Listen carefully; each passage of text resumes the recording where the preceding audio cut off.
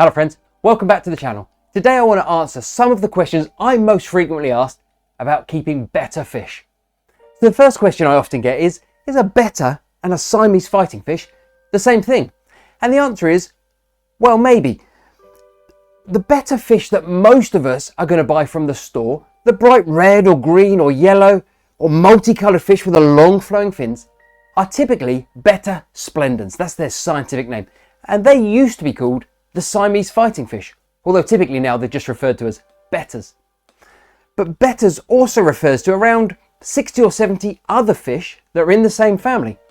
So a Siamese fighting fish is a betta, but a betta isn't necessarily a Siamese fighting fish. It depends which member of the betta family you're talking about. Another question I'm frequently asked is, what do betta fish eat? And in the wild, bettas are essentially carnivores, insectivores. They want to eat live worms or bugs, crustaceans, insects, baby fish, anything they come across that is alive and will fit in their mouth, they will typically eat. Now in the aquarium, we don't tend to have access to all of that. So what we can give them is live or frozen bloodworm. We can give them Daphnia or mosquito larvae, but they'll also eat good quality flake or pellet food. Now flakes and pellet food are particularly useful because they tend to contain a wide mix of minerals and nutrients and vitamins and help give our bettas a balanced, nutritious diet. That means they go on to have a long, happy, healthy life and display bright colours. I'm also often asked how often we should feed our betta. Now in my experience with a betta, and in fact with almost all fish, it's better to feed them 2 or 3 small meals throughout a day than it is to dump a load of food in once a day. Feeding your betta small, frequent meals is better for the fish because it tends to eat a bit, have time to digest it, pass it out through its system, then later in the day eat a bit more, have time to digest it, pass it out through its system.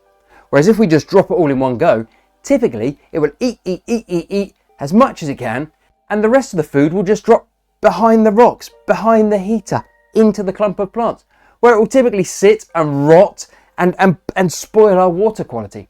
Whereas if we put a small amount of food in, 2 or 3 times a day, typically the betta will consume all or most of that food before it has a chance to fall behind decorations, behind rocks, out of reach where the fish can't eat it. Another question I'm often asked, and I think I get asked this in light of the vases I've got, is can you keep a betta fish in a vase? And I would say no. For a betta fish, a vase is just simply too small a volume of water. Betta fish need to be kept at a stable temperature. They need good filtration. They need swimming space. A vase typically doesn't offer any of those things. And whilst a vase may be fine for snails or shrimp or even 1 or 2 male guppies, they really are not large enough to keep a betta fish for any length of time. In fact, really, the minimum water volume you should try and keep a betta in is probably about 5 gallons, but 7 or 10 gallons would be even better. The larger the water volume we keep our betta fish in, the easier it is to keep that water stable and healthy and clean for the betta to live in. Now, I'm also often asked what is the best temperature to keep a betta in. And in my experience, anywhere between about 76 and 81 degrees Fahrenheit is absolutely perfect for a betta. And that equates to between about 24 and 27 degrees centigrade.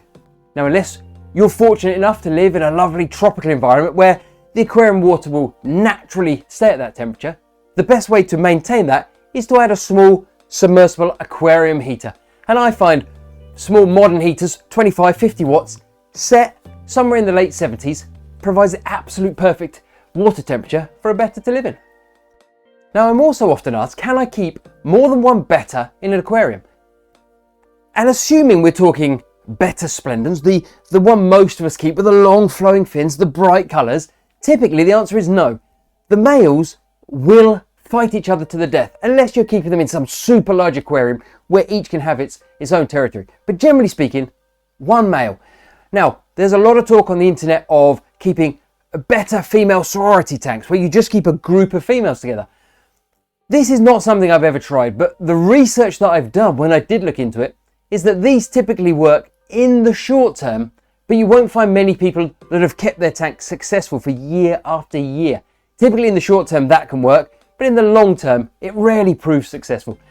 So in my experience, I would only ever keep one betta in an aquarium. Now, of course, this does beg the question, well, can I keep one male and one female in an aquarium together? And what the problem here typically is they will want to breed. That will happen. And the breeding with Betta splendens tends to be a fairly aggressive affair. The male will start by building a bubble nest on the surface, which is a fascinating thing to watch. But then, unfortunately, he's very aggressive towards the female. And often the female gets quite badly beaten and has a lot of fin damage from the aggressive way in which the fish breed.